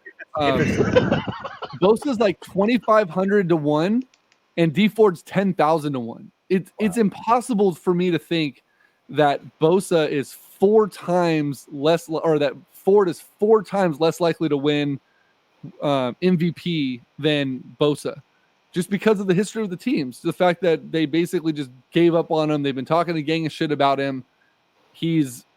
I feel like he's ready to have a breakout game. He's been having a great season. So I think it's either going to be, if it's not a quarterback, I think it's either going to be Kittle or Mostert. I can see Mostert. Yeah. So I wanted to make one point, and I didn't want to cut anybody off. One thing that if I was a Niners fan, I would be concerned with is if the 49ers defensive ends, play the way that they did against the Ravens, they will 100% lose this game. I'm telling you that right now. You can't even bring that game into it. Because I was watching. That field was underwater. Then the field, it's going to be 82 degrees and sunny on a clean turf. The Niners defense is built off of speed. They couldn't get any penetration on the ball. Lamar Jackson ate them up because of the field conditions. I think if that game's played on a dry field, it's a 180 degree different outcome in that game. I think they control Lamar Jackson. So the reason I say that, though, is because I watched that game. I actually watched quite a few Niners games. Bosa was so worried about trying to get directly at Lamar Jackson that he 100% failed containment on 95% of the plays. And if they do that, they'll lose. But if you've watched enough Niner games, you know that Bosa and Ford both, more so Bosa, his ability to get to the quarterback, he takes the wide route. He doesn't just go straight at the quarterback. He does more of a J. He'll go down, loop around, and then come around the backside of the quarterback. Those field conditions, he couldn't do what he needed to do because they would just block him. He couldn't get his cut back in. He couldn't get around the blocks. And so I saw an interview with him that basically said he switched up what he was doing because he couldn't get traction on the ground. Every time he would go to cut, they would just push him. His feet would give out. And he would just slide on the ground. So he tried something different, and it clearly failed. And I agree with you 100%. If he tries to do that, it's going to be an issue. So, question But for you, because I can't recall. He doesn't switch sides, right? He just stays on. no, he does switch sides. He plays does? both sides of the ball. Against Green Bay, he lined up in the middle. So Bosa's all over Okay. the place. Okay. So basically, if Ford takes a break from the left side and they bring in Solomon Thomas, they've been shifting Armstead or Buckner to the right and then moving Bosa to the left side and vice versa. They've been moving him all around. So if he has to go up against Mitchell Schwartz, I think that might be, and I was watching something that Von Miller said and Joey Bosa said, is that he is the most difficult right tackle to get past. Right. He was Schwartz is ranked. ridiculous. I think he was ranked the #1 right tackle in football. Yeah. So if that ends up being the case, Bosa's lined up everywhere. So I'm not worried about it. Aaron Bench just said Mahomes can run, but he's not Lamar. Get real. Tell that to the Titans. Yeah, right. But again, the Titans defense, while they did have a great run, the Titans defense were a true Cinderella story of playing way outside of their means. Like they had, and it was, and not only that, but Patrick Mahomes doesn't run like Lamar Jackson because he doesn't have to. Right. Lamar Jackson's offense is built to run the run. Lamar Jackson is a better version running of back that can throw. Yeah. A better version of Colin Kaepernick is what he is. Yeah. And then I just wanted to, this is my fandom speaking here. The stars are kind of aligning, as I would like to say. This is the 50-year anniversary of Kansas City winning their first Super Bowl. Their first Super Bowl, Len Dawson was hurt for 4 games. Patrick Mahomes was hurt for 4 games. Patrick Mahomes and Len Dawson had almost identical issues coming back from the season. And not only that, but Derek Thomas, one of the reasons that I became a Chiefs fan as well, was born and raised and is currently buried in Miami, Florida. And he was probably the most famous Kansas City Chiefs player of all time. Okay, so if we're going to talk about stars aligning, last time the Niners won a Super Bowl in 1994 versus this year, regular season record 13-3, #1 seeds in the NFC. Niners head offensive coordinator, Mike Shanahan. Niners offensive coordinator / head coach this year, Kyle Shanahan. 1994, they won the Super Bowl in Miami on the 75th anniversary of the NFL. We're now in Miami again on the 100th anniversary of the NFL. So we're going to talk stars aligning. There's a whole hell of a lot of similarities. And not only that, but the last time the Niners won the Super Bowl in the season preceding, or in the off season preceding the Super Bowl, the Oakland Raiders left Oakland to go to LA. The Oakland Raiders just left Oakland and went to Las Vegas. So again, while there's a punch, there's always a counter punch. And I feel like the Niners, especially for the fact that you can agree with me, the Raiders leaving Oakland is pretty much a good thing for both of us. I think the edge goes back to San Francisco if we're talking about alignment of the stars. So it's going to be one of those things, man, where it's no matter how you shake it, I think it's going to end up being a great game. And I look forward to it quite a bit. I'm not looking forward to my heart rate being up as high as it's going to be because I know it's going to be through the roof. Me too.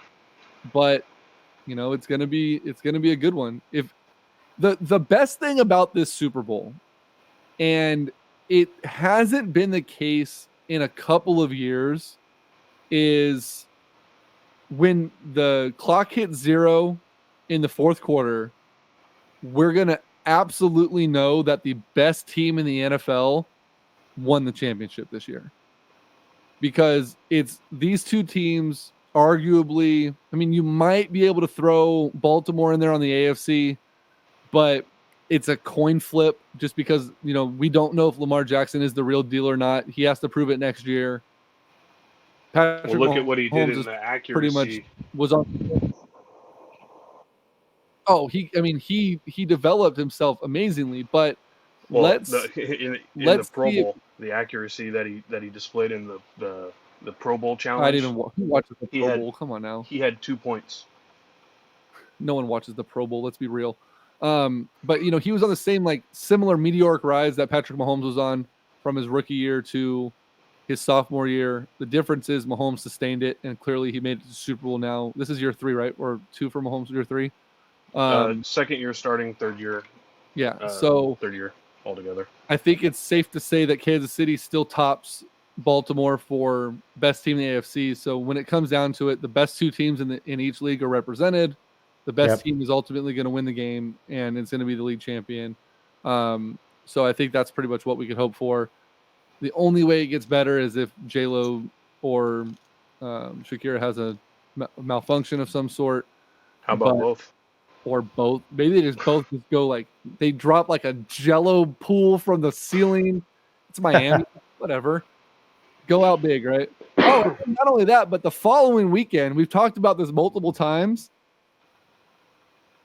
Regardless of what happens in the Super Bowl, on the 8th of February, the XFL kicks off. Oh God.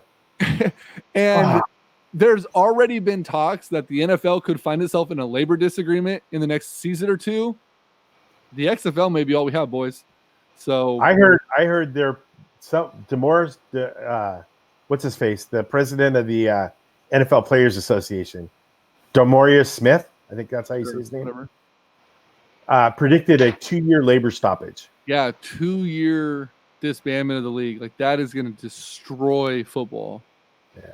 Well, the other thing too, the revenue in the NFL has gone up.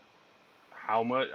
I don't remember, but it's gone up 3-fold over the last 3 years, and this is going to be the lowest cap bump up in 25 years. Yeah. So they're making a shit ton more money and paying the players, but they're not giving it to anybody. Right. So the other thing to look at before, if you're bored, again, look up Peyton Manning breaking down Jimmy Garoppolo's new NFC Championship game. It's absolutely hilarious. And lastly, the New York Times, I believe it was, put out an article this morning about CTE. It's a pretty fascinating read. They studied 282 football brains over the course of however long this study was done. 112 of them were NFL players at some time in their life. 111 of them tested positive for CTE. Wow. So check it out. It's a pretty crazy read. And yeah, check it out. But Super Bowl next Sunday. Or no, this Sunday. Just kidding. Don't wait till next Sunday. You'll miss it. 3:30. It's going to be. You may watch the start of the XFL though. Hell yeah! I'll be at a wedding. I'm gonna have to see if I can stream it. Probably be on. I bet you'll be on the WWE Network. I got that. So we'll watch it on there. But Josh, I appreciate you coming on. I know you have a baby at home that probably needs you, so we'll get you going. It's been a blast, and I like to say good luck to your team, but I'm not going to. Just don't drink too much. Don't go crazy if things go wrong, and we'll try to hold up the same regard. So I appreciate just a score report. Kings are up 124-103 with 24 seconds left in the game, and they're wearing their red unis. Oh, the red unis, huh? Haven't they only lost 1 or 2 games when they wear the red? Yeah. Time for a season change. Right? All right, guys. It's been fun. Episode 302 is in the books. Check it out on all the different platforms if you're just catching the end of the replay. And we will see you guys there next week. Super Bowl. Appreciate it, man. Later, guys. Go Niners. Night, Larry. Go Chiefs.